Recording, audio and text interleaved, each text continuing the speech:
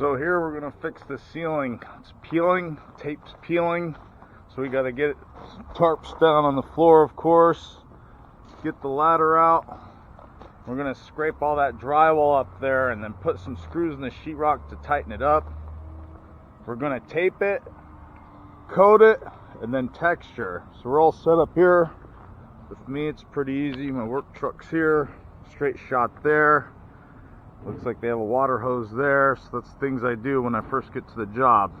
Greet the customer, do a walkthrough with the customer, then get set up. Put down plastic, tarps, whatever need be.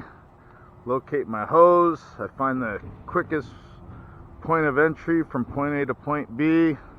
And I get to work, start pulling everything out. Tools, tarps, ladders, masking. But yeah, we're going to get to work. We're going to pull down the ladder here. We're going to get it over there. And then we're going to start scraping that loose drywall in the patio. Patios always peel like that because of the gets weathered. Hot, cold, hot, cold. They have sheetrock outside out here. It's just a cheap option when they build these homes, especially these newer homes out here, these track houses. So they like to use these sheetrock on these patios. But we're going to go ahead and get this scraped in. Basically, it's just going to be a watch and learn video. I have hundreds of other videos doing the same process. So go ahead and watch it. Get your materials. Of course, you're going to need fresh water. Here I'm using hot mud. This is my 5-minute quick set mud. I got all-purpose joint compound, which is in this bucket. I got a half a bucket, so that's my next bucket for fresh mud when I run out. This is my 5 minutes powder form. This is more of a pro-grade material here. Mix it up with fresh, clean water, and then it sets up quickly. Pans and knives, all the tools, just get everything ready. It's easier to have everything ready to go before you start mudding. You don't want to start pulling stuff out. Sometimes I like to get the first coat on, and then while the mud's setting up, I pull everything out that I need for my next step.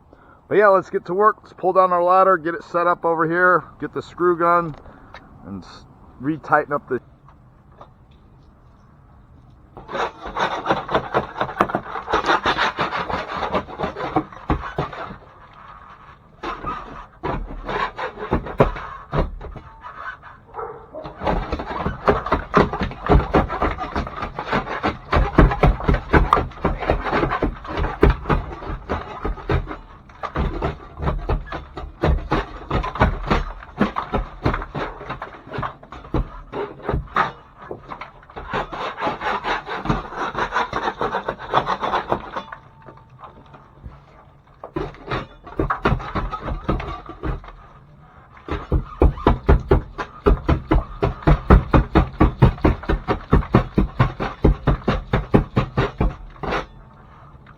All right.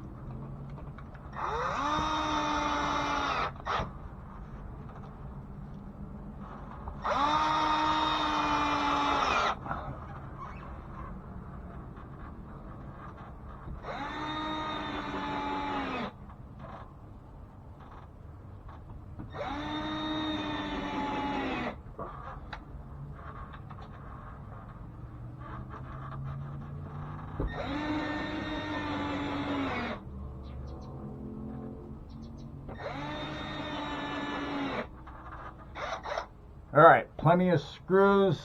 That way you know it's not loose. Sheetrock, tighten up. Make sure it's chipped out really good. I don't know what they did here. Someone tried to repair this before. I'm trying to get this crown mud off of here.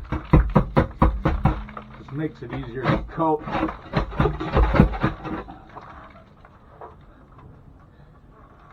This is an optional product. I always show this. Not many guys use it. It's okay, it's an optional. I'm just like to spray this on the paper because it is kind of dusty, because it is outside. Some guys like to take a wet rag and even get the dust off, but I'm going to use some of this spray glue.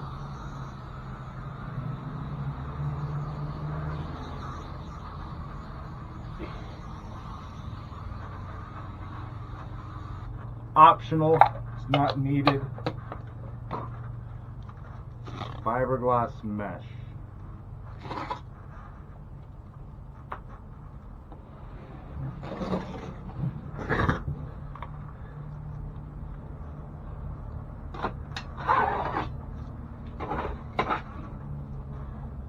Alright, we're ready to coat. I also like to keep a piece of the chip outs, cutouts. Always keep these so you can get them for the paint match.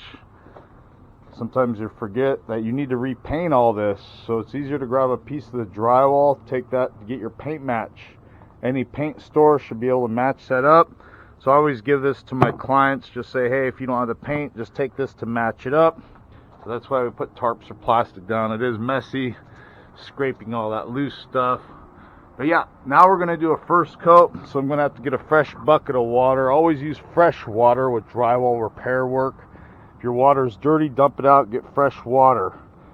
With this, we're gonna use a quick-set mud. Quick-set muds set up fast, so you need to know what you're doing if you use quick-set muds. If you're not comfortable with quick-set muds, just use a all-purpose joint compound. That's why I like to find a hose area, washout area. If not, you're going to have to wash your tools out of a bucket and sponge. So get some fresh water. We're going to go ahead and mix up a pan of 5 minute. That way it gets to setting up on here. We're going to do one coat, slick it out, second coat, slick it out, and then follow through with a skip trowel texture. Alright, got my bucket, got a mix up station. This is why I like to work on my tailgate, so I don't have to bend over mixing all the time, so it's easier to work off a bench. If you have one, for me it's my tailgate. Hot mud, I just need about a half a pound pan. Don't need much since I'm just doing a first coat. With this powder form, I don't fill up my whole pan. This is an easy technique. I get so many people telling me this is the way to do it, this is the way to do it. No, this is the way to do it, guys. Anyone that says they use a mixer or I use a little paddle mixer, that's fine. I could pull a paddle mixer out of here. I can pull my batteries out of here. I can wash up all those tools, put them away. I don't got time for all that nonsense. By the time I pull my tools out, I already got this mixed up. Just like that. You just add a little bit of water if it's still dry, and you just mix it up with your 6-inch knife. If you're doing a bigger job, then you mix it in a bucket. If I need like a few pans of mud, then I'm going to mix it like some 20-minute or 40-minute in a bucket. Then I'll pull out my electric mixer and paddle and stuff like that. But we're going to get this all mixed up, and we're going to go ahead and coat this.